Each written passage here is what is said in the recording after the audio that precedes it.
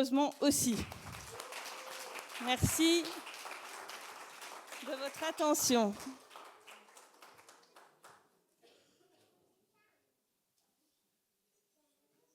Voilà, on est vraiment heureux de t'accueillir, Philippe. Sois le bienvenu.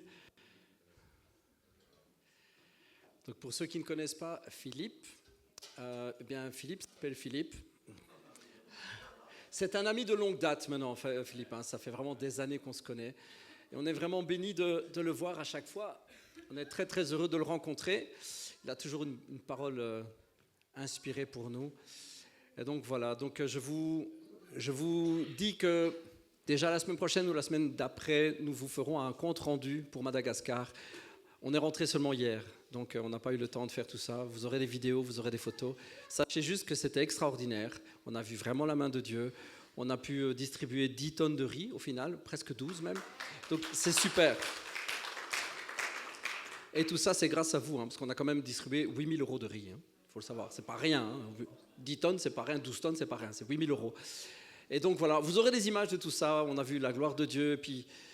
Mais aujourd'hui, on voulait pleinement profiter de la venue de Philippe en fait. Donc voilà, ce sera pour la semaine prochaine, ok ? Soyez bénis. Merci Miguel. Je vais le mettre après. Bonjour à toutes et à tous. Tellement heureux d'être avec vous ce matin. Je me disais que notre histoire d'amour et d'amitié a commencé dans une église en Belgique en 2015, j'ai vécu quelque chose de puissant dans l'idée d'être renouvelé dans ma vie spirituelle. Et ça a commencé avec une image, et je sais ce que c'est que d'être challengé quand le Seigneur me montre pour la première fois de ma vie un violon.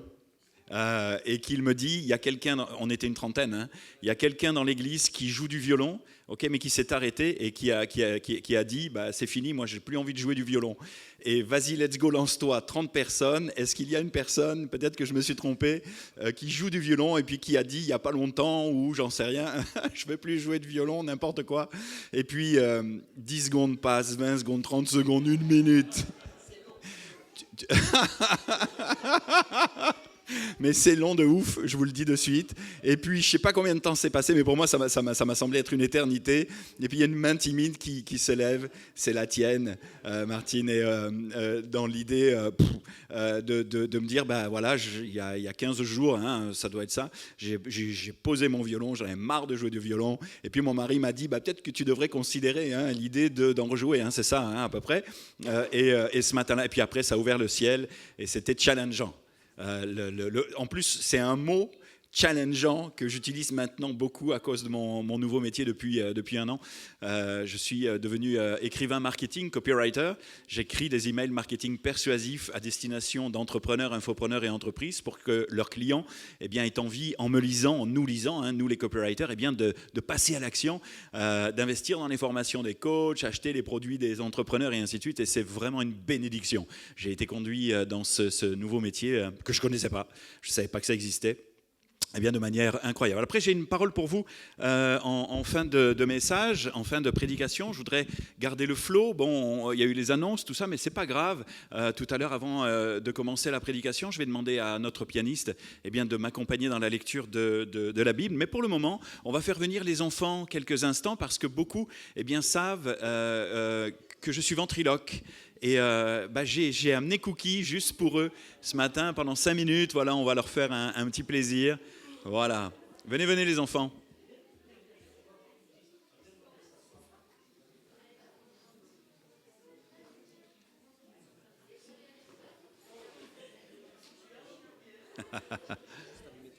Tu utilises le joug, j'utilise celui-là pour Cookie et celui-là pour la prédication. Ouais. Ah, super. Alors, j'ai amené Cookie. Oui, ça va? Oui, ça va bien. Oui. Et alors, maintenant, oui. Tu vas te tourner. Pourquoi? Parce que les enfants sont là. Non, mais si ça.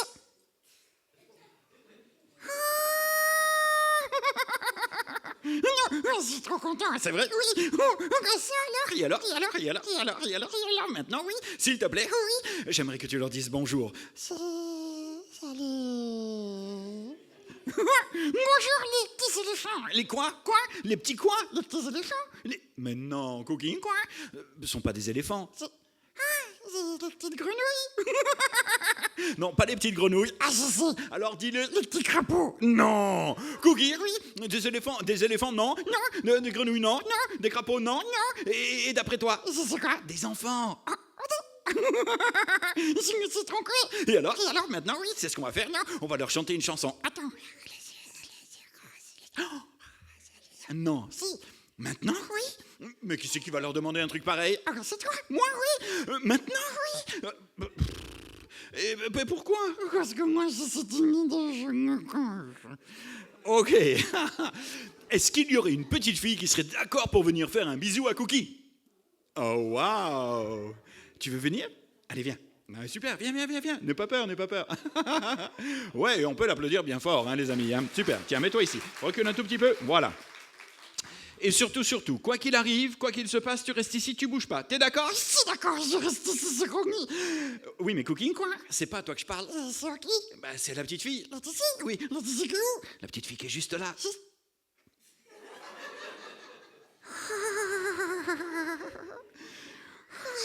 C'est elle? Mais oui, c'est elle.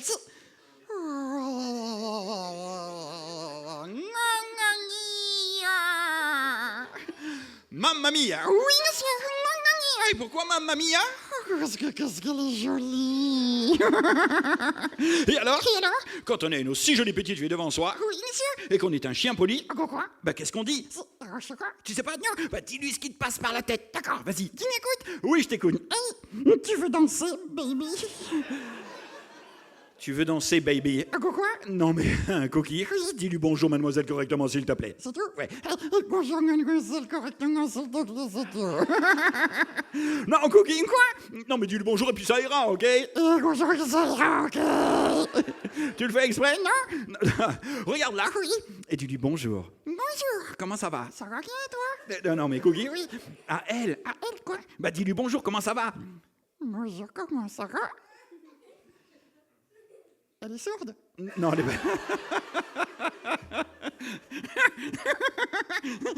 Non mais pourquoi tu dis ça? On n'a rien dit. Bah, c'est normal. Dis-lui bonjour. Bonjour. Et elle va te répondre. Salut. Comment tu t'appelles? Oh, trop joli. Est-ce que tu es d'accord pour me faire un petit bisou sur la joue? Là. Allez, bisous sur la joue, vas-y. Et tu me fais un gros. Cookie, arrête de bouger. D'accord, là. Allez, vas-y, gros bisous. Et tu me fais un gros. Et les amis, dites à Cookie, arrête de bouger. D'accord, j'arrête de bouger. Là. Arrête de bouger, hein. Encore un. Encore un. Encore un. Et maintenant? Tu vas te faire pardonner, Oui. et tu vas lui faire un bisou sur sa joue. D'accord. Et tu lui souhaites une très très belle journée. Ok.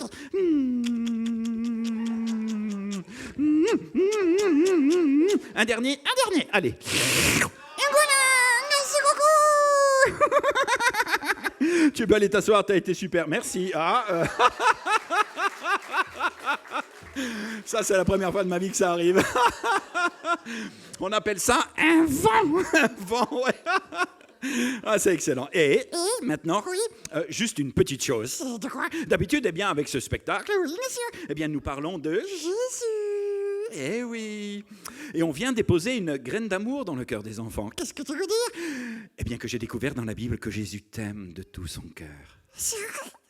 Tu crois qu'ils s'intéressent à eux? Si je crois qu'il s'intéresse à eux, Oui, monsieur. non seulement je crois qu'il s'intéresse à toi, mais je crois que tu es bien plus précieux et précieuse à ses yeux que tu ne peux l'imaginer. Et tu sais quoi? Non, monsieur. Dieu, un jour, a fait un rêve. Dans le ciel?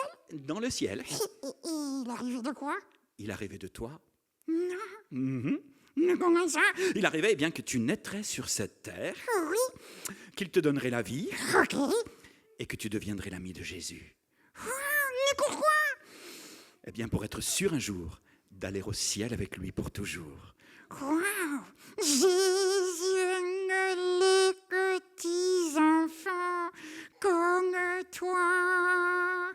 Jésus aime les petits enfants, Comme toi. petits comme toi.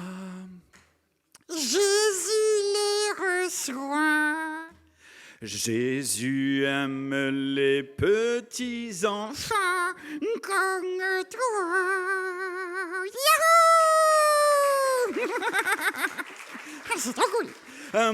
On va se laisser maintenant. Déjà? Oui. Pourquoi? Parce que je dois prêcher. D'accord. Zizi, moi je vais t'écouter dans le sac. Mais en attendant, Oui. tu vas leur faire un bisou. D'accord. Qui c'est qui veut faire un bisou au cookie? Allez, on se lève, ok, chacun à la queue leu-leu, les uns derrière les autres, on fait bisou au cookie, puis on va dans sa salle de comment vous appelez ça, l'école du dimanche? Le club, on va dans la salle de club, ok? On rejoint le club. Allez, tout le monde debout, on se met les uns derrière les autres et on fait bisou à cookie. Bisous, Cookie. C'est moi, Cookie. Bah oui, c'est toi, cookie. Oh, vous n'osez pas? C'est vrai? Qui c'est qui veut faire le premier pas? Allez, viens, allez, viens. Hop, ah bah toi alors. C'est bisous. Moi, alors, tu sais ce qu'on fait? Non, dis-le. Bah, j'envoie des bisous. T'envoies des bisous?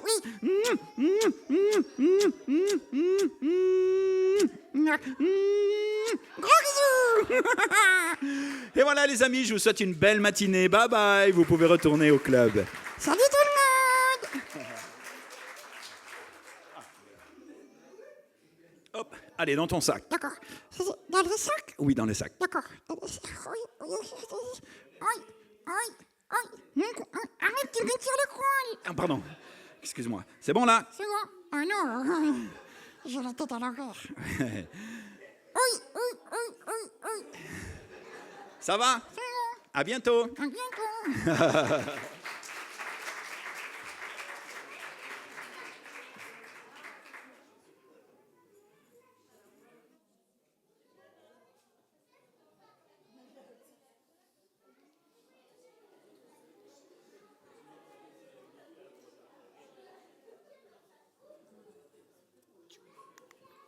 Il est bien mis? Ok, super.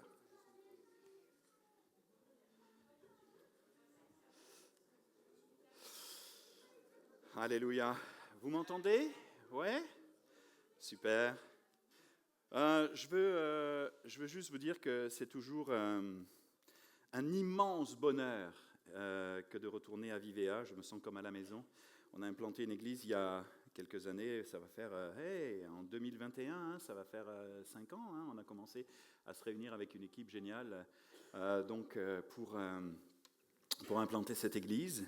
Priez pour nous parce que ce n'est pas toujours facile, hein, le ministère. Hein, on est d'accord? Il y a des hauts et des bas, mais ce qui est extraordinaire, c'est que quoi qu'il en soit, le Seigneur me donne une joie, une paix. Malgré les luttes, les combats, les difficultés, les critiques, les ci, les là, il y a aussi de merveilleuses victoires. Et puis, moi, j'ai réalisé que ce n'était pas mon église, mais que c'était son église. Ça allège le fardeau, hein, de ne pas prendre quelque chose qui ne t'appartient pas, mais qui lui appartient et que tu n'as pas apporté. Tiens, ça me donne l'idée de t'amener peut-être un point. Souvent, lorsque je commence à parler, je me dis, tiens, c'est trop fort pour que ça soit juste pour moi. Il y a peut-être quelque chose, et bien pour quelqu'un, dans l'idée de cesser de porter des choses que tu n'as pas apportées. C'est à Jésus à les porter. Il les porte pour toi. Son fardeau est doux et son joug est léger. Et parfois, on se charge de choses dont on n'a pas à se charger. Alors, c'est une parole pour toi. Décharge-toi sur Jésus. Ne prends pas les choses que tu n'as pas à prendre. Laisse-lui le soin de t'aider à porter ce que toi, tu n'es pas capable de porter, mais que lui, porte pour toi dans la dimension miraculeuse de ce qu'il a prévu dans ta vie. Amen. Je disais que c'est toujours une joie que d'être comme à la maison. Parce que c'est vrai que c'est une histoire d'amitié, une histoire d'amour qui s'est nouée au fur et à mesure des années avec la famille Alvarez que je bénis. Ils ont été une source, et ils sont toujours une source d'encouragement et de bénédiction pour moi. Et je dois dire que maintenant que je suis dans le ministère à proprement parler, parce qu'avant, je tournais beaucoup de ville en ville, village en village, église en église, pays en pays, Guadeloupe, France, Guyane, Québec, Tahiti, il n'y a que l'île de la Réunion que je n'ai pas faite, et Madagascar. Oh, oh.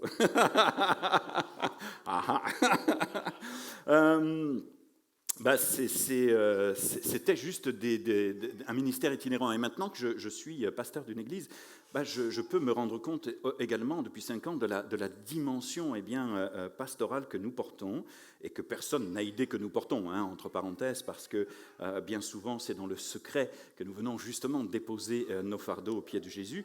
Mais ce que j'apprécie dans cette équipe, c'est leur fidélité, leur persévérance, parce que je sais qu'ils ont rencontré aussi des défis, mais leur simplicité dans la foi. Ils ne se prennent pas la tête. Une foi simple, une foi vivante, une foi... J'étais là-bas, au fond, et je me disais, ils ont une foi d'enfant. Et je pense que c'est pour ça que Dieu vous bénit et que Dieu va vous bénir davantage encore. Alors, ce n'est pas une parole forcément, mais je veux vous encourager là-dedans à garder cette dimension, je dirais, de cette foi d'enfant, de cette foi simple. Et si on ne redevient pas comme de simples enfants ou comme de petits enfants, on ne pourra pas voir la gloire de Dieu. Et je crois que dans nos églises, parfois, on peut avoir tendance, à cause de plein de raisons, justifiées ou non, à compliquer les choses, n'est-ce pas? Mais l'évangile, c'est simple. Crois seulement. Si tu crois, tu verras la gloire de Dieu. Est-ce que vous êtes d'accord avec cela ce matin? Amen. Amen, amen. Alors, je voudrais commencer la lecture, mais j'ai besoin de la pianiste, voilà, pour m'accompagner. Merci beaucoup.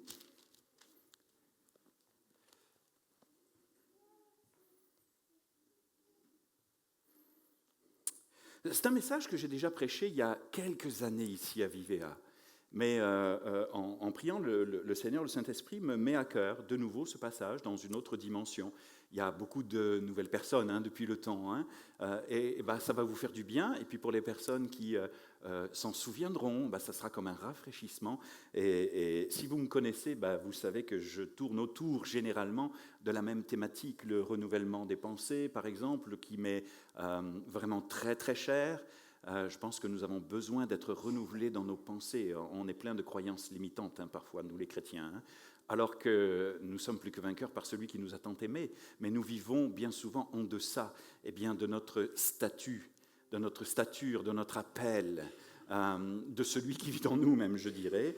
Et parfois, nous avons besoin de confronter nos croyances limitantes, ce que Paul appelait les forteresses, pour les renverser et vivre libre. Vous connaîtrez la vérité, et la vérité vous affranchira. En cela, c'est toute une prédication, et j'aime tellement cette thématique. À ce sujet, vous pourrez vous procurer mon livre, Au cœur de la tempête, pour ceux qui ne l'ont pas, un livre qui me vaut de beaux commentaires depuis des années.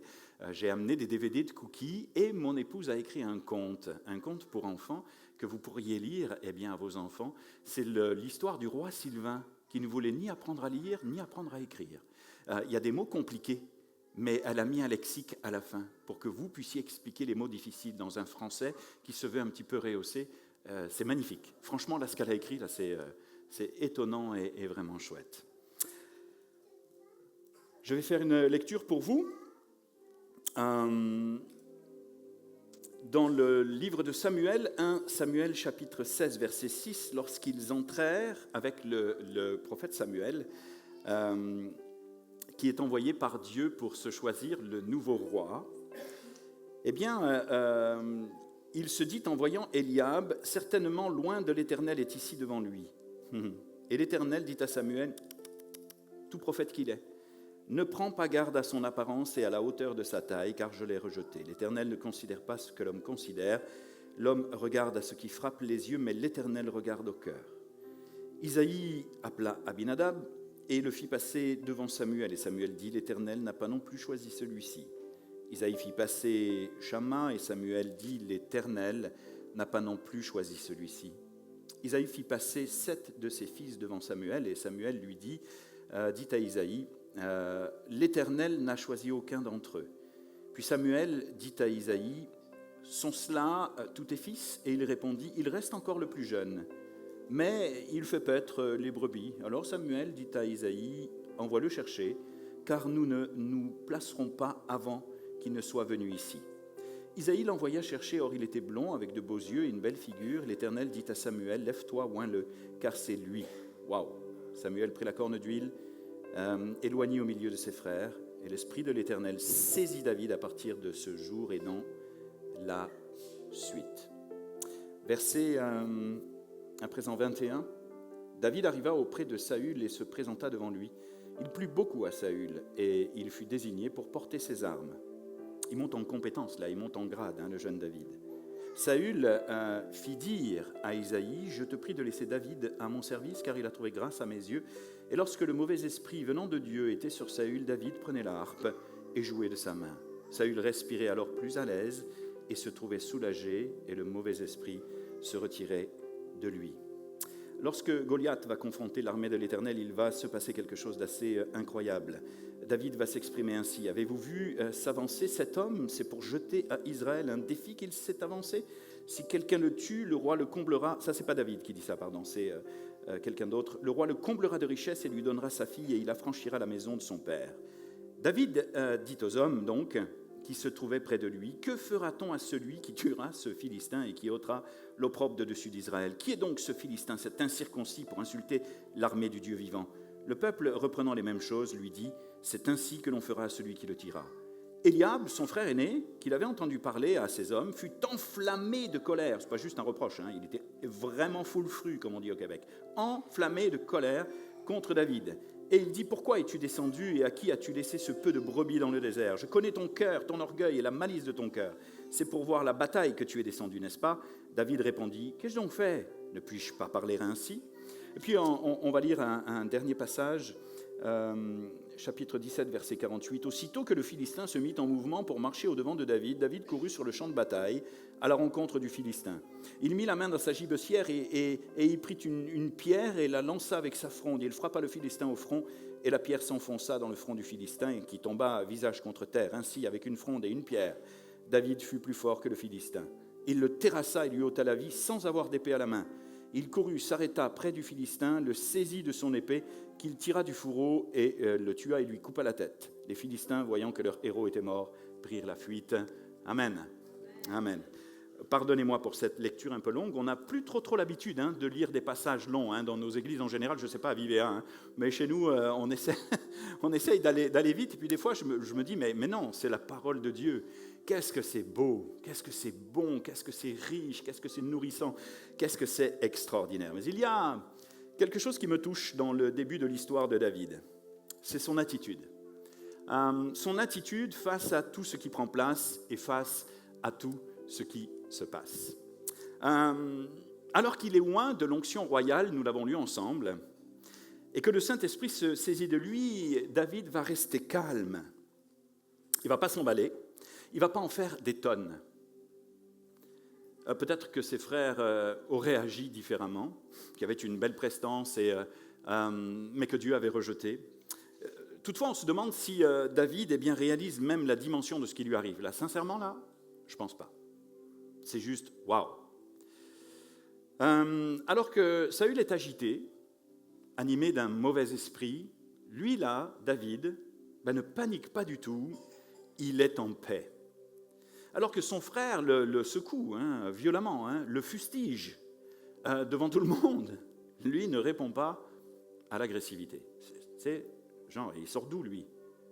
C'est incroyable. Alors que tout le monde a peur de Goliath, lui, alors, il est serein, il n'est pas du tout intimidé, il a même une stratégie pour le confronter. J'ai l'impression que lorsqu'on se plonge dans le contexte, il sort tout droit d'un film d'aventure, le bon, la brute et le truand. Vous connaissez ces fameux westerns. Et que partout où il passe, il se dégage de sa vie un vent et un parfum de faveur. Il y a une faveur manifeste sur lui, un parfum de bénédiction, un parfum d'une bonne et agréable odeur. Il est une source de bénédiction pour tous les gens qu'il rencontre. Mais, sauf que les questions que l'on pourrait se poser, sont les suivantes. Comment est-il possible que ce jeune homme, simple berger, après tout, contraste tellement avec la folie, la peur et le stress ambiant? Comment est-ce possible? Comment est-il possible que rien ne semble l'atteindre, l'impacter? C'est un peu comme s'il passait entre les gouttes d'un violent orage avec une certaine légèreté sans se mouiller presque. Comment se fait-il qu'il y ait une telle faveur sur sa vie? Moi, ça m'intrigue. Au point que tout ce qu'il va faire, oser, entreprendre ou toucher même lui réussisse selon 1 Samuel 18, verset 5. D'où lui vienne cette paix, ce calme, force tranquille. Pourtant, il est jeune. Il y a des jeunes au milieu de nous ce matin. Waouh, d'où ça lui vient? Cette sagesse, cette douceur de cœur et, je le disais, cette force intérieure. Comment se fait-il qu'il soit si différent? Il y a un contraste entre ce que nous lisons et qui est David dans le summum, je dirais, ou l'essence de ses réactions. Alors vous me diriez, si je vous posais la question ce matin, c'est évident, il est un homme selon son cœur. Il est un berger selon le cœur de Dieu. Oui, ses intentions, ses motivations sont pures. Il a un véritable cœur de serviteur. Vous auriez raison. Je ne vais pas m'amuser à vous poser des questions, mais vous me diriez également, et vous auriez raison, il cherche les intérêts de Dieu et des autres avant les siens. Il s'applique à être fidèle dans les petites choses. C'est pourquoi Dieu va lui en confier de plus grandes. Bon, on sait qu'en somme, il est une figure de Christ. Mais ce n'est pas les points ou le point que je voudrais développer avec vous ce matin. Dans le point sur lequel je voudrais retenir votre plus vive attention est le suivant, et c'est tellement important de le considérer à la lumière de sa parole, mais à la lumière de son esprit, parce que s'il m'a poussé ce matin à vous parler de cette thématique à nouveau, c'est qu'il y a pour toi quelque chose à découvrir et à mettre en pratique. Si tout lui réussit, s'il dégage autant de paix, de sérénité, de sagesse, d'autorité, de courage et d'onction, c'est sans aucun doute parce qu'il était un homme déjà habitué et empreint de la présence de Dieu. Habitué et empreint de la présence de Dieu. On pourrait même dire qu'il était tellement imbibé de sa grâce, bien en avance déjà sur ce que nous pourrions découvrir de la grâce de Dieu. Imbibé de sa présence, imbibé de son amour, imbibé de son secours, imbibé de sa sainteté, imbibé de tout ce que vous voulez, qu'on aurait pu presque appuyer sur le nez de David. Peut-être que c'est le lait et le miel qui auraient coulé de son nez, un nectar de la présence de Dieu dans sa vie. Il était habitué à et empreint, habité de la présence de Dieu. Merci pour la musique, c'est vraiment gentil. Par contre, tout à l'heure, je t'invitais à revenir. Notez bien quelque chose. Dès les premiers instants de notre message, on se rend compte très très rapidement que David n'avait pas la carrure des hommes, mais le charisme de Dieu. Ça, c'est des perles. Alors, pour que ça s'imprègne, que ça rentre, et que ça vienne au cœur, je vais la redire. Il n'avait pas la carrure des hommes, parce que même le prophète s'était fait piéger, mais il avait le charisme de Dieu. Il n'avait pas le titre, ni le ministère, mais il avait déjà le caractère. Il n'a pas la fonction, mais il a l'onction. Il n'a pas la fonction, mais il a l'onction. Il n'était pas validé par ses pairs ni par les hommes, mais il avait l'autorité et la maturité. Il n'avait apparemment pas l'aptitude, mais il avait l'attitude. Une attitude et une mentalité intérieure différentes, des pensées différentes, un cœur différent. Et ce qu'il était plaisait énormément à Dieu. C'est pourquoi Dieu va dire de lui qu'il est un homme, un jeune homme, et un homme selon son cœur, un jeune homme animé d'un esprit différent. D'ailleurs, la plupart des psaumes qu'il va écrire nous révèlent la beauté et la profondeur de son cœur, et nous indiquent qu'il aimait Dieu passionnément, qu'il se délectait de sa présence, qu'il aimait se confier, se cacher ou se réfugier en lui. Psaume 73, 28, c'est marrant parce que au fur et à mesure que je vous prêche, j'ai l'impression dans mon cœur, c'est comme si, je ne sais pas pour ceux qui le ressentent ou pas, et peut-être que vous ne le ressentez pas et que je suis le seul à le ressentir, j'ai l'impression qu'il y a une chape de plomb sur mes épaules, une présence de Dieu forte, et que c'est comme des vagues que le Saint-Esprit vous envoie.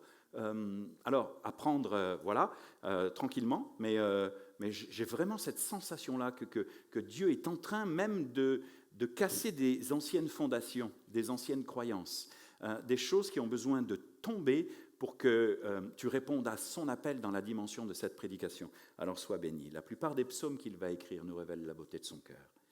Psaume 73, 28, pour moi, m'approcher de mon Dieu, c'est mon bien. Je place mon refuge dans le Seigneur l'Éternel afin de raconter toutes tes œuvres. Pour moi, m'approcher de mon Dieu, c'est mon bien. Je place mon refuge. Ou alors ce que j'affectionne, c'est de m'approcher de mon Dieu, dans une autre version. Psaume 144, verset 1. Béni soit l'Éternel, mon rocher, qui exerce mes mains au combat, mes doigts à la bataille, mon bienfaiteur et ma forteresse, ma haute retraite et mon libérateur, mon bouclier, celui qui est mon refuge, qui m'assujettit, mon peuple. Tellement d'autres versets, tellement d'autres psaumes magnifiques. Et je crois que tout le succès, toute la faveur, la sagesse et l'impact de David, repose sur son cœur, bien sûr, sur l'idée qu'il aimait Dieu, sur son obéissance, mais sur sa capacité à entendre sa voix, sur sa capacité à nouer le contact que peut-être personne n'est capable de nouer à l'époque, d'avoir une réelle, profonde et passionnante intimité avec lui. Je ne suis pas en train de te parler d'une vie de prière. Je te parle d'intimité. Ce qui n'a absolument rien à voir. Tu pourrais prier, combattre et intercéder par la foi sans avoir une intimité avec Jésus telle que je veux te la décrire. Ce matin, ça serait déjà très correct. Mais Dieu veut te faire monter, dans un langage que j'emploie beaucoup en ce moment, en compétence. Dieu veut que tu fasses ce pas de plus pour passer de la prière à l'intimité. L'intimité va devenir alors une prière beaucoup plus puissante, beaucoup plus vivante, beaucoup plus impactante dans la dimension de ce qu'il va te révéler, t'expliquant et te donnant les stratégies de comment prier, comment combattre et intercéder.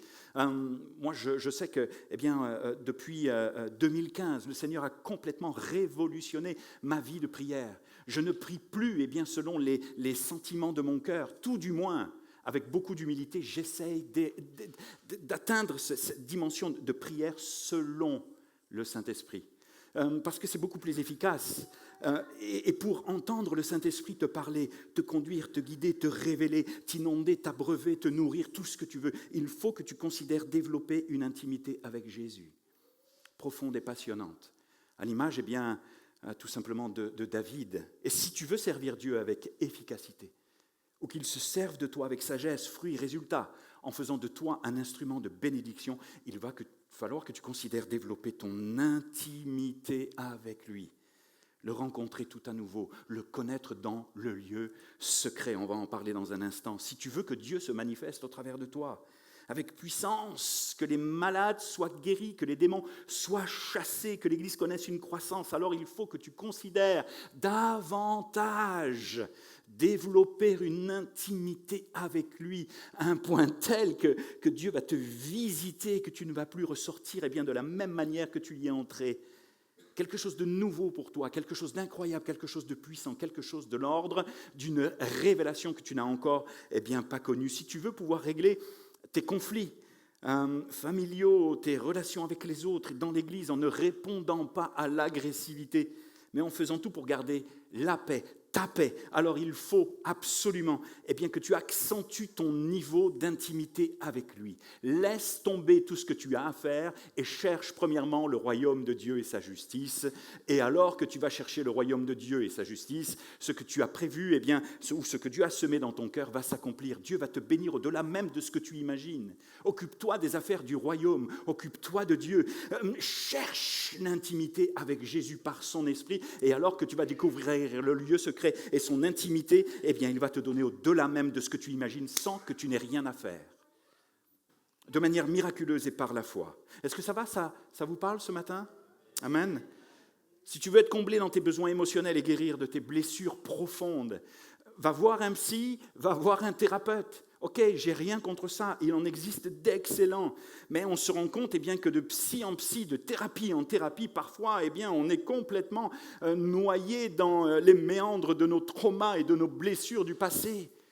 Alors que si tu cherches Jésus par son esprit, il peut t'octroyer dans le lieu secret des guérisons miraculeuses qu'aucun thérapeute ne pourra t'apporter. Je ne suis pas contre la thérapie, mais si la thérapie peut nous aider à connaître Jésus davantage, que notre histoire passée, que notre trauma passé, et que tout ce qu'on est en train de porter de manière triste et malheureuse. Tu n'as pas apporté ces choses, Jésus les a portées à ta place. Ce qu'il te demande, c'est de venir à ses pieds pour avoir une intimité, une communion avec lui. Ça fait toute une différence. Il m'est arrivé à un moment donné dans ma vie de porter des choses. C'était lourd, c'était fastidieux, c'était compliqué, mais en un instant, en un clin d'œil, sortir de la présence de Dieu complètement libéré, complètement déchargé. Ce qu'aucun thérapeute n'avait pu faire dans ma vie. Le Saint-Esprit l'a fait et il va le faire pour toi. Pourquoi est-ce que c'est si important ce matin, ce message ? Pourquoi est-ce que Dieu m'a appelé à ça en 2015, alors que je pensais connaître Jésus, mais qu'il s'est révélé à moi d'une manière extraordinaire, et je vais vous rafraîchir l'esprit pour ceux qui l'ont déjà entendu, mais ça va être peut-être révélation pour ceux qui ne l'ont jamais entendu, parce qu'avoir une réelle intimité avec Jésus, être rempli et revêtu du Saint-Esprit n'est pas une option, mais une nécessité aujourd'hui en 2025. Lorsque nous sommes allés acheter notre véhicule avec Sandrine, pour Sandrine, mon épouse, qui vous salue, on a pris la voiture basique. Mais il y avait plein d'options. Puis on n'était pas obligé. On en a rajouté peut-être une ou deux qui étaient déjà inhérentes au véhicule, parce que plus tu rajoutes, plus c'est payant, plus c'est cher quand même. Tu sais. Déjà, les véhicules, c'est une perte sèche, donc waouh, on fait attention. Une option de ceci, une option de cela, le truc... Enfin bref, un truc de fou. OK. Mais tu n'as pas le choix dans ta vie chrétienne. Tu ne peux pas choisir les options. Il n'y en a qu'une. Revenir à la base, aux pieds de Jésus, pour entendre sa voix, sa parole, comme Marthe et Marie. Non, Marthe s'occupe de la maison, elle veut recevoir Jésus. Pour ceux qui connaissent ce passage, elle s'affole, elle s'affaire, il faut que tout soit parfait. C'est le profil très caricatural, mais excellent dans la dimension du perfectionniste ou de la perfectionniste. Il faut que tout soit parfait, il faut que tout soit bien, pourvu que Jésus, et puis il n'y en a qu'une qui a choisi la bonne part. Jésus le lui dira, c'est Marie, elle est aux pieds de Jésus, elle est dans l'intimité de Jésus, elle ne se préoccupe de rien d'autre que d'entendre sa parole, elle s'en délecte et elle s'en nourrit. C'est ce que Jésus veut que tu fasses avec lui.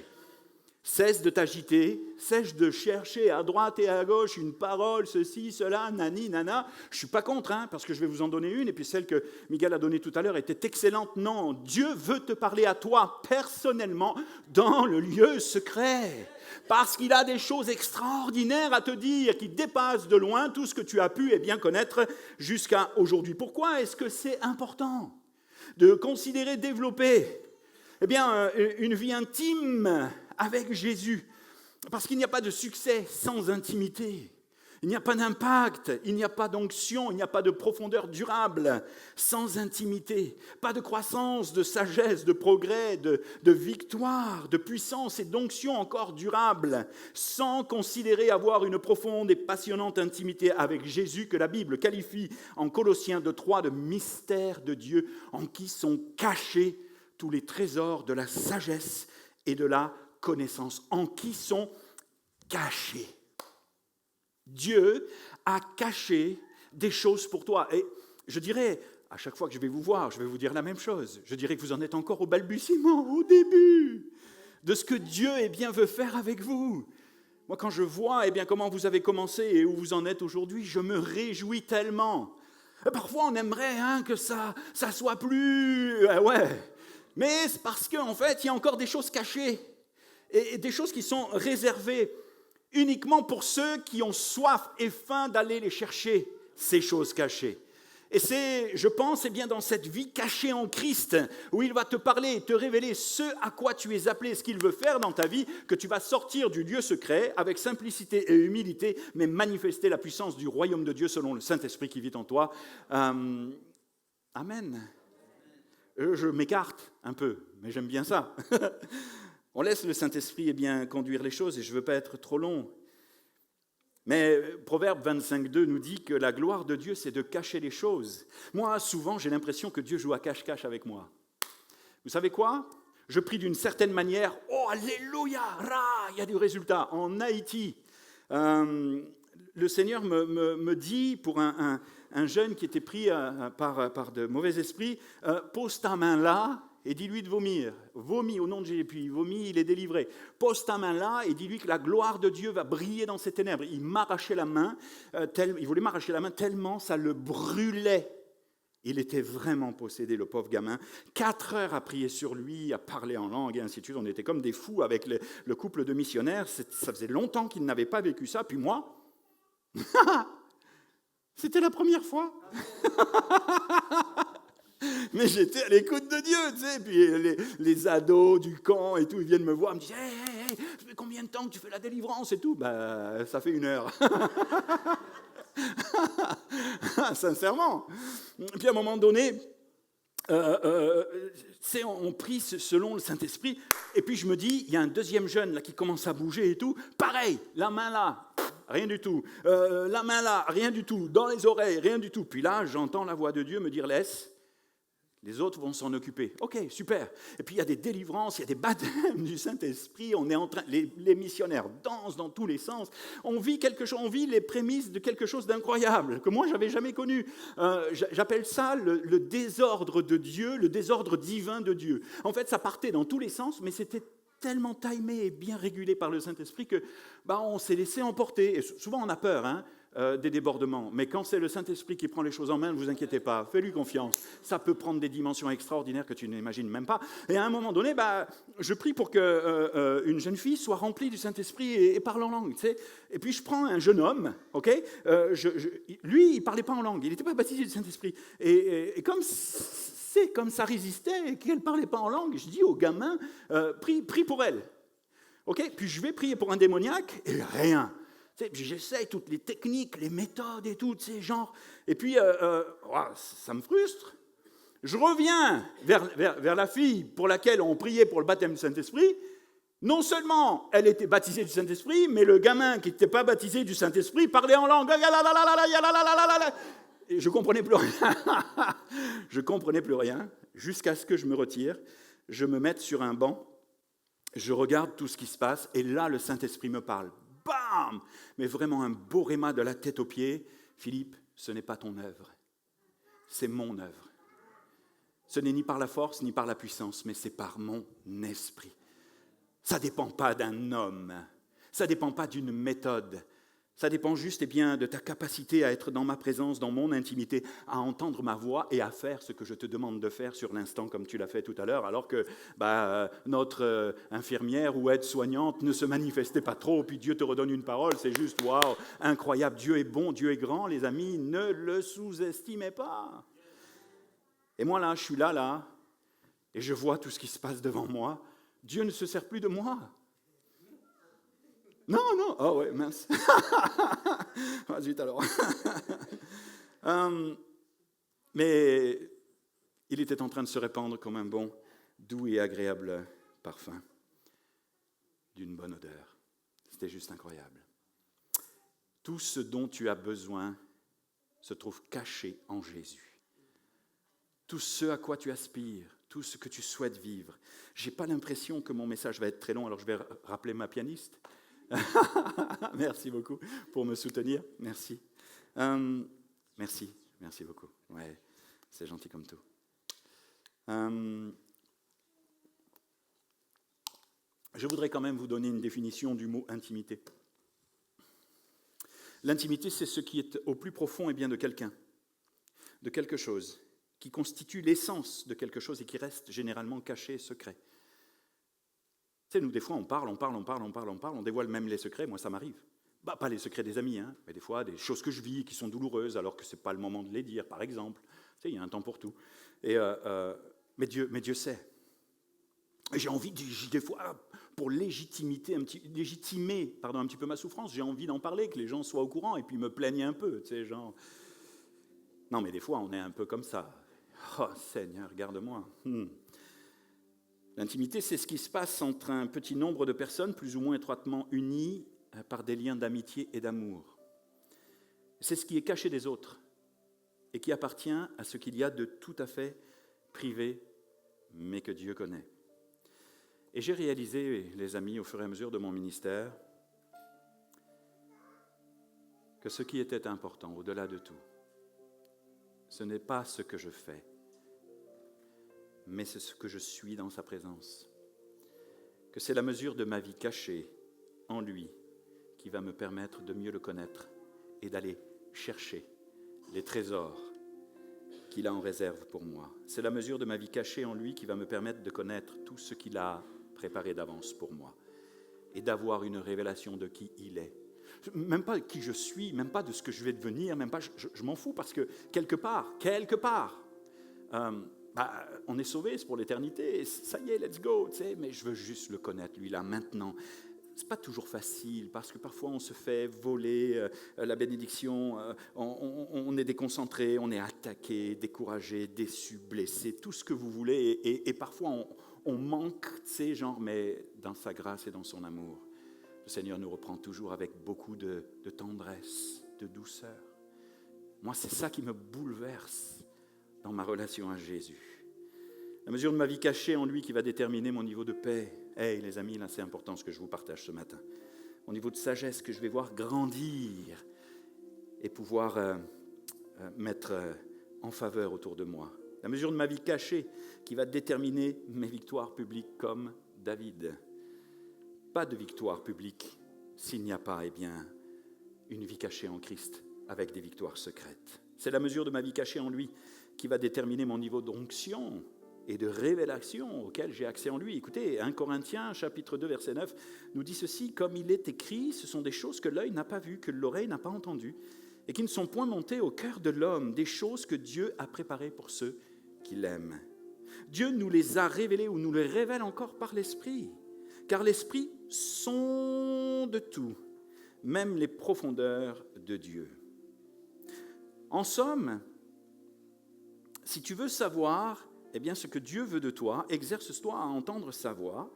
Et si tu veux avoir accès aux profondeurs du cœur de Dieu, demande au Saint-Esprit de t'y aider. Parce que c'est le job du Saint-Esprit que de sonder le cœur de Dieu et d'en revenir à ton cœur à toi avec des choses ineffables que tu ne pourras entendre que dans sa présence. Amen. Amen. Et amen. Je vais terminer mon message ainsi. Je pense qu'il n'est pas utile d'en rajouter. Je ne veux pas être très long parce que je veux nous donner la chance et la possibilité, sans nous éterniser non plus, de laisser le Saint-Esprit faire son œuvre. Fais de l'Éternel tes délices et il te donnera ce que ton cœur désire. Et si ce que ton cœur désire est aligné avec sa volonté, mais alors forcément, tu vas le voir s'accomplir par la foi. C'est une question de foi, les amis. Ce n'est pas une question de méthode. C'est une question d'aimer Dieu aussi. Tu aimeras l'Éternel, ton Dieu, de tout ton cœur, de toute ton âme, de toute ta pensée, de toute ta passion, de toute ta force, de tous tes revenus, de tout ton temps, de tout ce que tu veux. Tu aimeras à un point tel que c'est lui qui est ta respiration.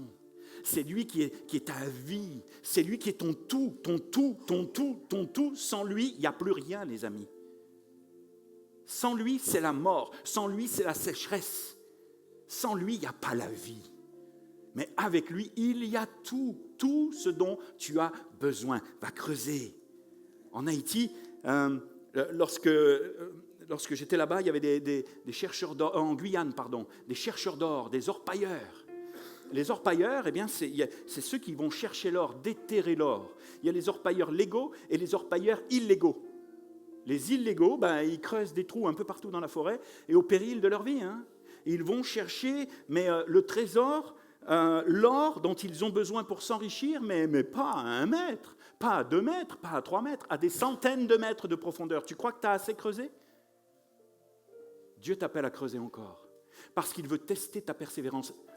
Tester, ou tout du moins t'apprendre à développer la persévérance, pour que tu creuses, et qu'à un moment donné, tu tombes sur une pépite qui va bouleverser ta vie.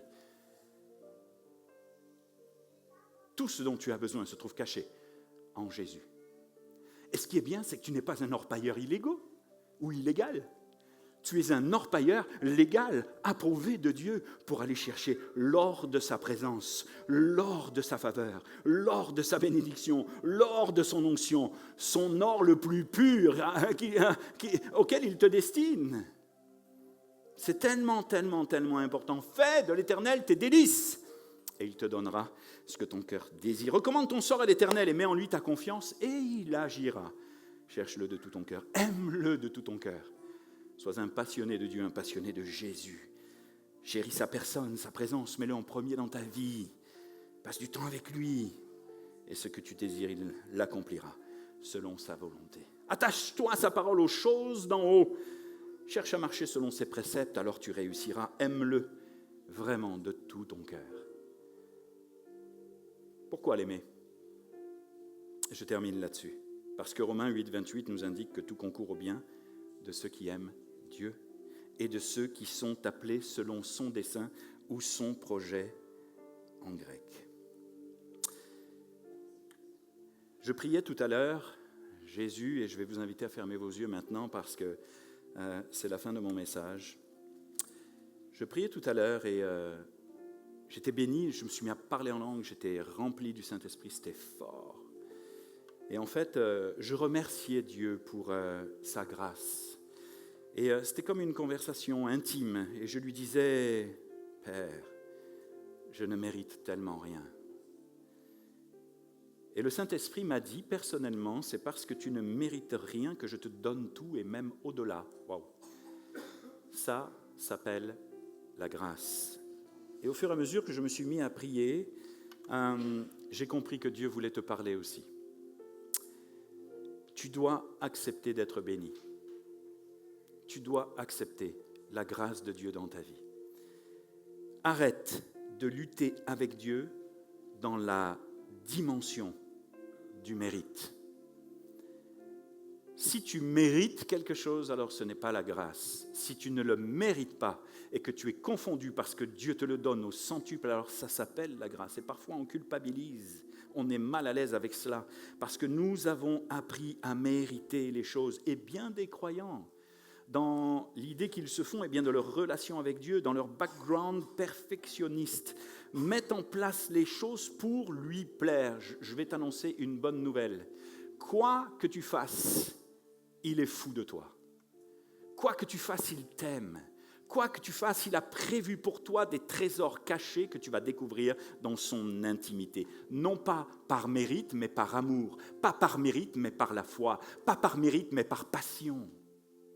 Dieu t'aime à ce point-là qu'il désire te faire passer du perfectionnisme et du « je dois faire les choses pour lui plaire et le mériter », c'est souvent inconscient, à « je te demande pardon, je ne mérite rien, mais je reçois tout par la foi, quelle grâce ». Et sais-tu quoi ? Ce n'est pas le légalisme qui va t'amener à t'améliorer. Ce n'est pas le mérite, non, c'est de réaliser que tu ne mérites rien. Et au moment où tu le réalises, ta vie, là, elle est bouleversée. Ton cœur tombe en miettes devant l'immensité de son amour et de sa grâce parce que tu réalises qu'en fait, il te donne tout, tu as accès à tout, tu es béni en tout et pour tout par grâce.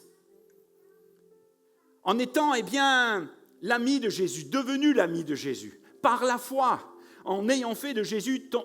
Les amis, s'il vous plaît. C'est tellement important ce dont je suis en train de vous parler. Tu peux peut-être passer à côté de quelque chose d'important. Considère-le. Ce n'est pas par rapport à moi. C'est par rapport à cette parole de vie que Dieu est en train de semer dans ton cœur. Ne la néglige pas, écoute bien, c'est important.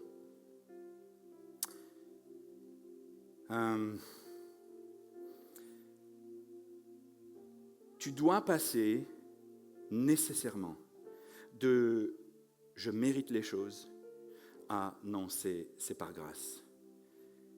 Il a fait de toi un co-héritier et une co-héritière de Christ. Ça y est, c'est fait. Le testament, là, il est livré, il est pour toi. Tu hérites de toutes ces promesses, tout. Il n'y a rien auquel tu n'aies pas accès. Tu as accès à tout. Sauf que parfois, tu te prives de sa grâce, parce que tu as peur de Dieu, parce que tu veux lui plaire, mais de la manière la plus légaliste qui soit, ou par mérite. Tu te prives de sa grâce et tu te prives d'entrer dans sa présence pour aller chercher, connaître et recevoir tout ce qu'il a prévu pour toi. Alors ce matin, on va prier dans ce sens. Repens-toi Demande-lui pardon ce matin si c'est ton cœur, si cette parole est pour toi. Tu dois passer du légalisme, tu dois passer du mérite à la grâce. Je ne fais rien pour obtenir les choses, je vis parce qu'il me donne tout, alors que je ne le mérite pas. Ça va changer ta vie avec lui, ta relation avec lui. Tu vas te sentir différent et différente. Le fardeau que tu portes depuis des années, va en un instant être allégé et soulagé. Pour que tu portes son fardeau à lui, sa parole qui est douce et légère et qui te relève, te construit et te bénit ce matin.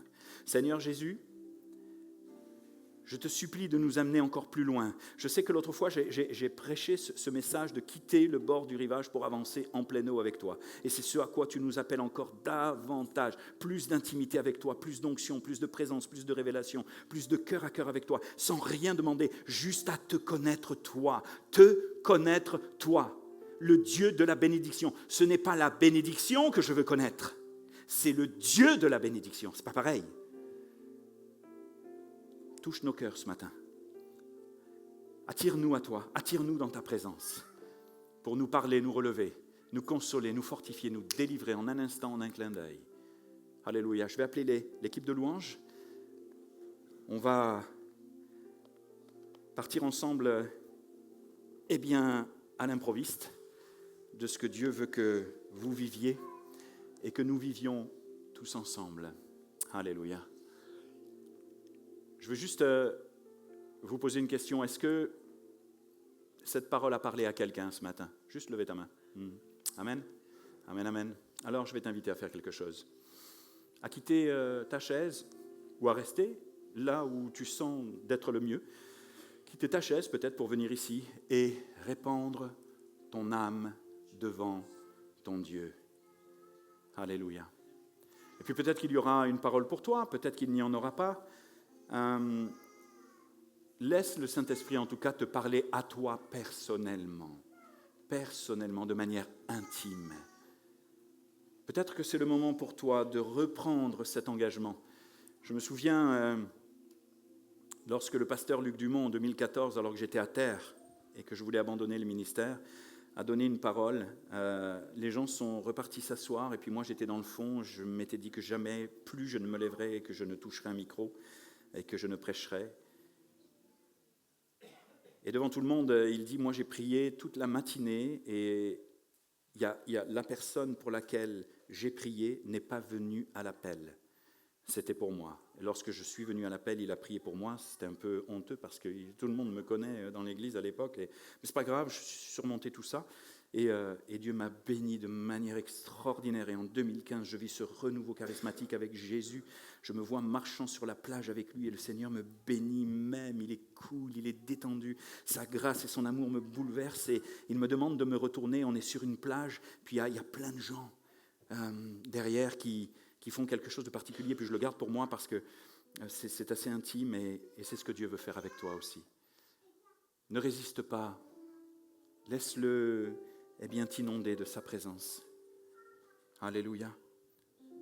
C'est peut-être le moment pour toi de renouer le contact que tu as perdu à cause de la déception. Peut-être que tu as été déçu de Dieu et que tu luttes en ce moment. Tu ne luttes pas pour lui plaire. tu luttes contre lui parce que tu lui en veux même quelque part.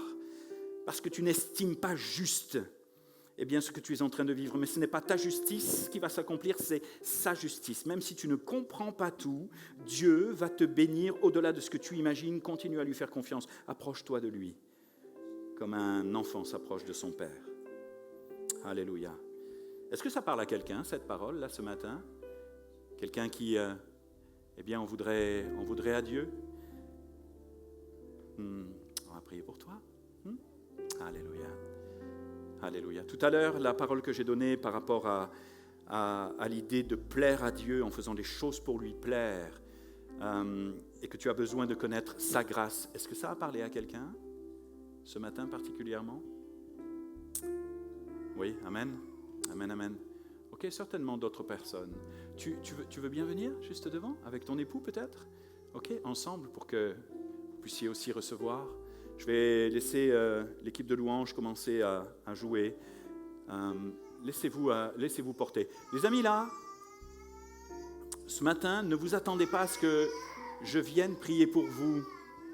Allez chercher vous-même ce que Dieu a en réserve pour vous. Souvent, on dépend trop de la parole du pasteur, de l'épouse du pasteur, de l'équipe, du prophète ou autre. Et c'est excellentissime, parce que Dieu nous a établis pour cela. Il parle tantôt d'une manière et tantôt d'une autre, mais il va te parler là maintenant. Va toi-même chercher ta victoire, ta bénédiction, au nom de Jésus, dans son intimité. Alléluia. Ça peut se manifester par des personnes qui se mettent à genoux, qui lèvent les mains, peu importe. Faites ce que vous avez envie de faire ce matin. Répands ton cœur et ton âme devant ton Seigneur. Pleure si tu as envie de pleurer. Ne retiens rien et laisse Dieu te bénir. Amen. Alléluia. Alléluia.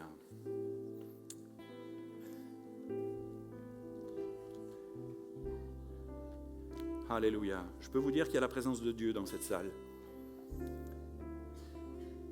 Alléluia. Et que vous vivez quelque chose de merveilleux ici à Vivea. Alléluia. Me voici Alléluia. à genoux devant toi, abandonnons tout. Abandonnons tout. Mon seul désir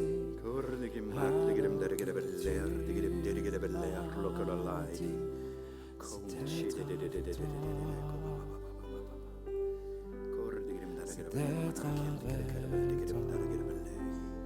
Alléluia. Je m'abandonne. Alléluia.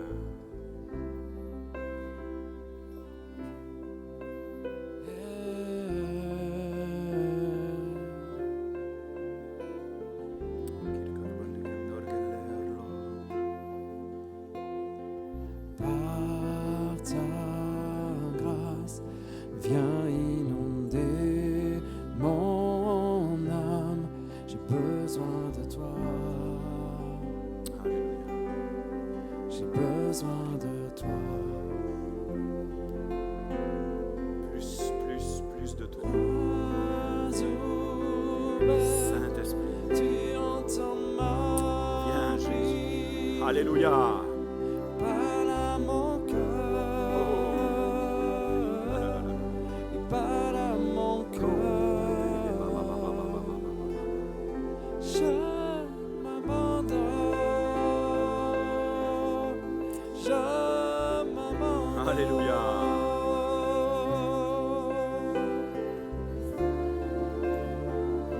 Amen.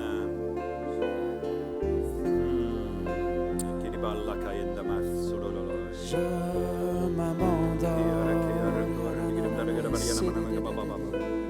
Shura baba baba baba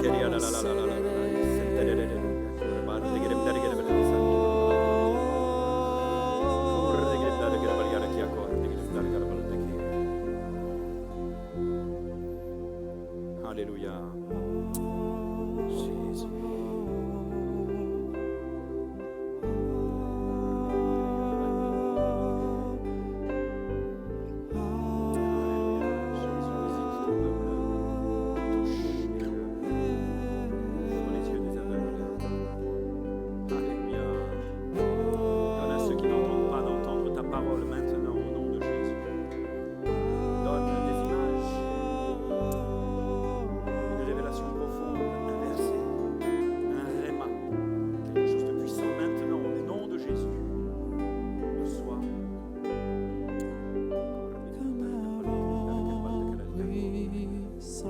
Alléluia. Souffle mat. Dieu vient régner, oui, Dieu vient régner.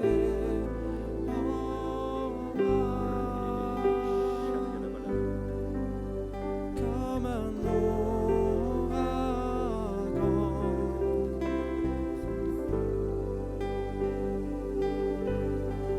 Dieu vient régner. Dieu vient régner.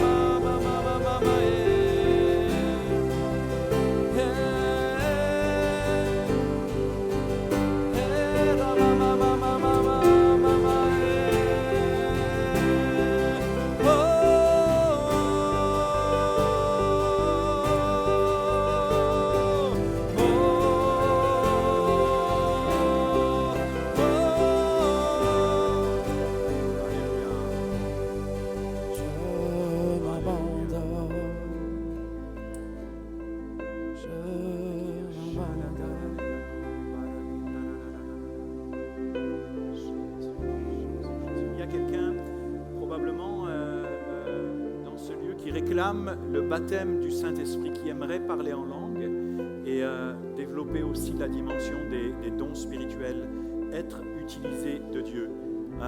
Ça ne vient pas, mais il n'y a pas à culpabiliser, il y a un temps pour tout. Un temps pour semer, un temps pour récolter, un temps pour rire, un temps pour pleurer. Je préfère l'inverse. Ceci dit, ce matin, eh bien, si ça te concerne, si tu réclames le baptême du Saint-Esprit, la dimension des langues, la dimension des dons de prophétie et de tout ce qui va avec, et que ça te concerne, lève juste ta main, peut-être. Ok, super. D'autres personnes qui le réclament ce matin de la part de Dieu. Enfin, qui le réclament à Dieu, pardon. Ok. Super. Je t'invitais à mettre ta main juste sur ton cœur pendant qu'on continue la louange et de le déclarer, de le réclamer, de l'espérer. Maintenant, dans la dimension du don de Dieu, Dieu te le donne. Voilà. Ça t'appartient, il te le donne maintenant au nom de Jésus. Seigneur, je prie que ce qui est bloqué se débloque. Je prie que la foi en action vienne inonder le cœur de mes amis maintenant. Tous ceux et toutes celles qui ont posé leurs mains sur leur cœur. Je prie maintenant au nom de Jésus que les écluses des cieux les inondent, les remplissent et les remplissent, au point de ne plus savoir quoi faire avec ça, tellement ça abonde. Seigneur, je prie que les amis qui ont posé leurs mains sur leur cœur parlent en langue au nom de Jésus, soient baptisés maintenant dans le Saint-Esprit. Mets ta main au nom de Jésus. Mets ta main sur leur cœur, mets ta main sur leur vie, ouvre les vannes et donne-leur d'entrer dans une dimension équilibrée, Seigneur, de dons spirituels. Merci Père, tu le fais en ton temps, maintenant ou plus tard, peu importe, ça m'est égal, mais tu le fais. Tu l'as mis sur mon cœur et je pense que ça vient de toi vraiment avec certitude, alors tu le fais selon ta parole. Va chercher dans le lieu secret, encore, creuse. Ne te lasse pas de chercher et tu trouveras. Alléluia. Ne te lasse pas de demander et tu recevras. Alléluia. Oh Jésus.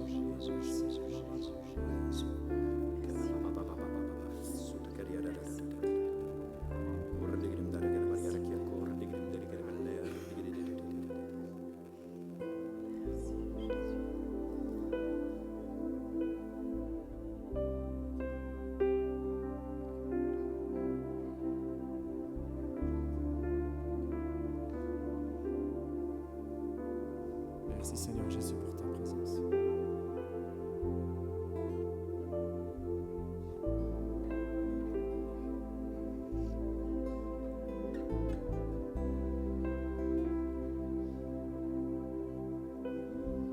Merci Seigneur pour ta présence.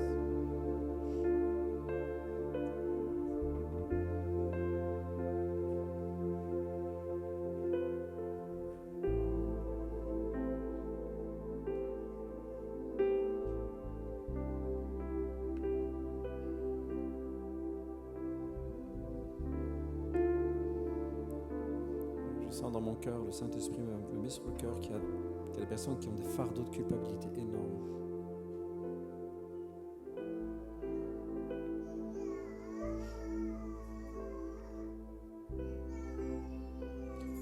pense qu'il y a une personne ou deux qui ont vraiment un fardeau de culpabilité énorme, qui traînent un fardeau de culpabilité.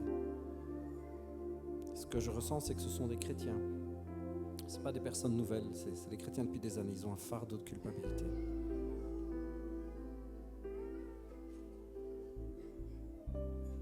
Alors que nous étions à Madagascar, nous avons reçu une pasteure.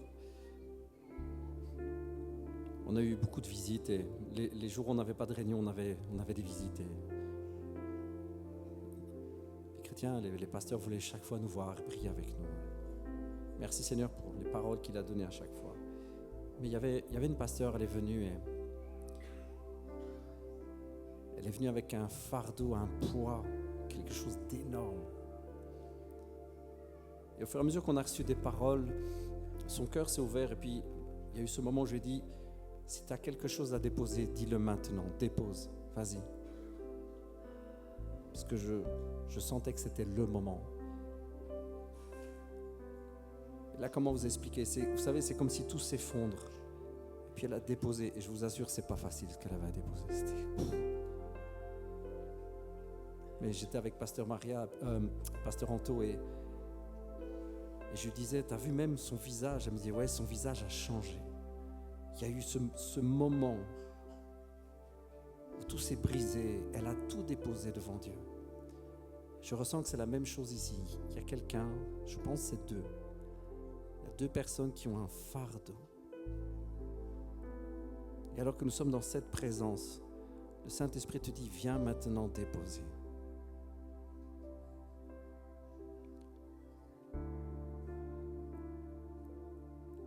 Alors c'est pas obligatoire, c'est pas forcé, mais si c'est toi, si tu traînes un fardeau, viens ici le déposer. C'est symbolique, viens le déposer au pied de la croix. Viens dire, Seigneur, je veux plus de ce fardeau-là. Des culpabilités je ressens comme des remords, si j'avais pas fait ça, si j'avais pas pris cette décision à l'époque, si j'avais pas dit ça, si j'avais seulement fait l'autre choix. Je ressens que ça parle vraiment à quelqu'un. Si c'est ton cas, tu peux venir et déposer devant Dieu. Je veux dire par là, tu en auras le souvenir, mais tu n'en auras plus jamais le poids. Dieu veut te retirer ce poids. Plus jamais, ça doit venir t'oppresser, t'opprimer, te blesser, plus jamais. Dieu veut te délivrer aujourd'hui. Tu en auras le souvenir. Mais ce qui restera, c'est juste sa grâce. Comme un vent. Comme un vent, Dieu veut venir balayer. Il veut venir souffler sur ton cœur.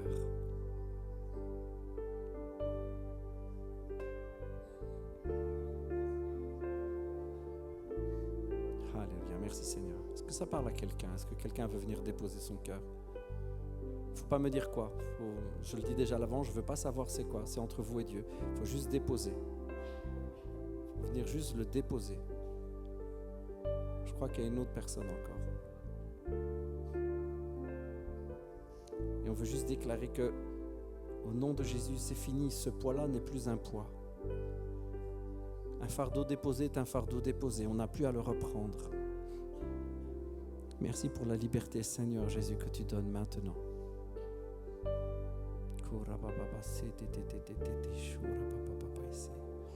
Merci Seigneur Jésus.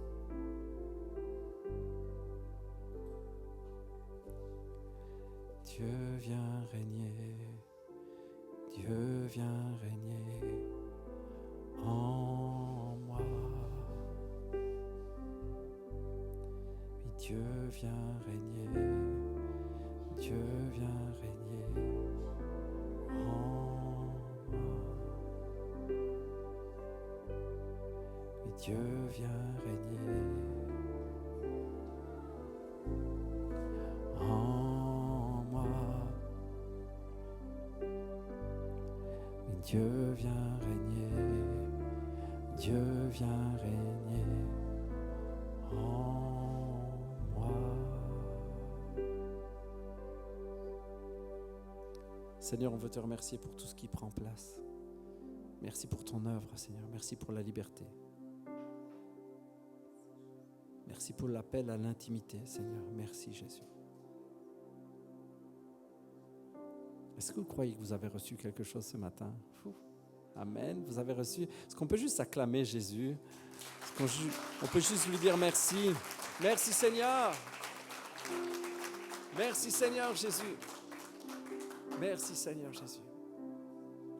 Merci, Seigneur Jésus. J'ai à cœur qu'on termine en priant pour notre frère Philippe. Si vous êtes OK, la famille. Philippe, t'es OK qu'on prie pour toi? Oh non, tu peux, c'est comme tu le sens. Comme tu sens, où tu viens, où tu restes là. J'avais juste vraiment à cœur de prier pour toi, ta maison.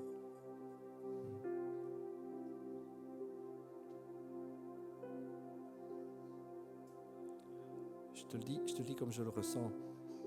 Quand tu as dit, quand tu as cité ton livre, Au cœur de la tempête,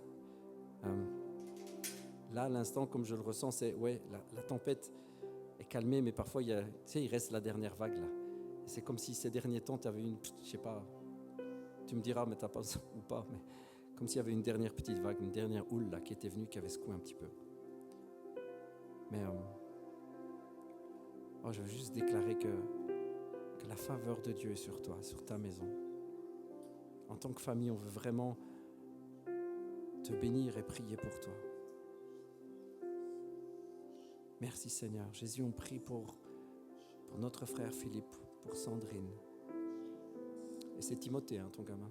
C'est ça, Timothée. Seigneur, on bénit cette maison.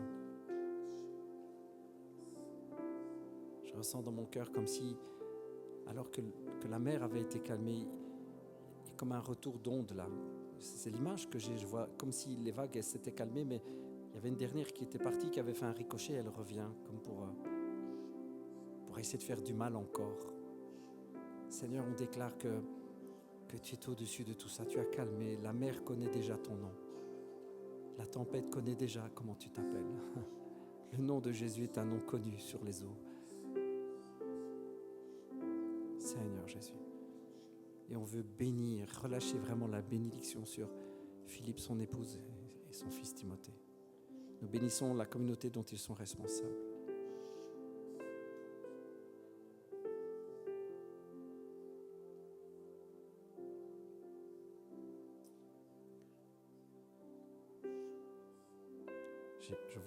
Je vois une image, je vois les quais. C'est comme si, je ne sais pas vraiment l'expliquer. Je vois que l'eau a baissé et on voit les fondations des quais en fait. On voit c'est du bois. Et je vois que l'eau a baissé. Comme si les fondations sont mises à rude épreuve. L'eau a baissé. Je vois les coquillages, je vois la mousse qui est attachée au gros poteau de bois. J'entends l'Esprit dire que l'eau va remonter. L'eau a baissé, mais l'eau va remonter. C'est une saison, mais l'eau va remonter. Il envoie la pluie à nouveau, l'eau va remonter. Je le dis comme je le vois. L'eau va remonter. Et j'entends vraiment cette parole. On ne verra plus les piquets. On ne verra plus les fondations. Une fois, ça a été mis comme un nu, ça a été solidement éprouvé. Mais l'eau va monter. Et on n'aura plus raison de dire « Oh, le niveau est bas, hein? Le niveau est bas. » Plus personne ne dira ça. Seigneur Jésus, vraiment, j'appelle la bénédiction sur notre frère. Merci Jésus. Seigneur, je veux bénir son cœur qui est attaché à toi.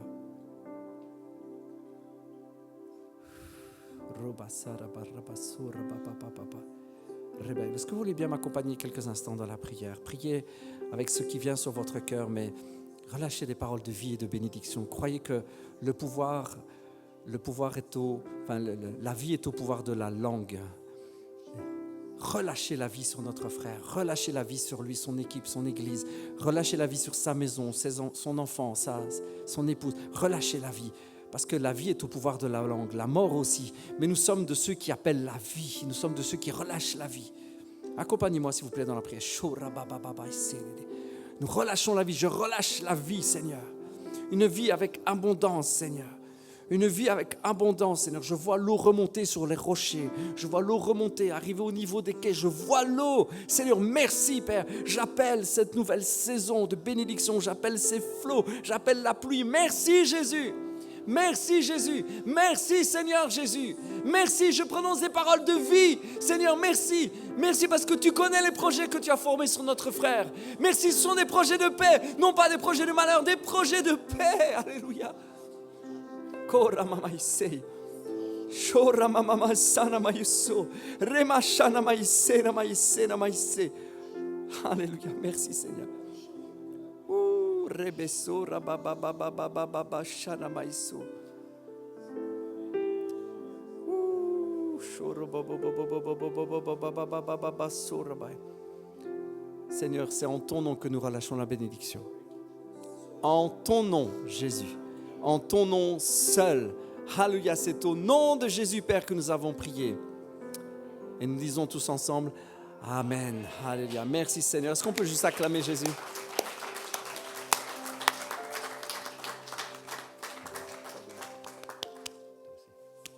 Amen.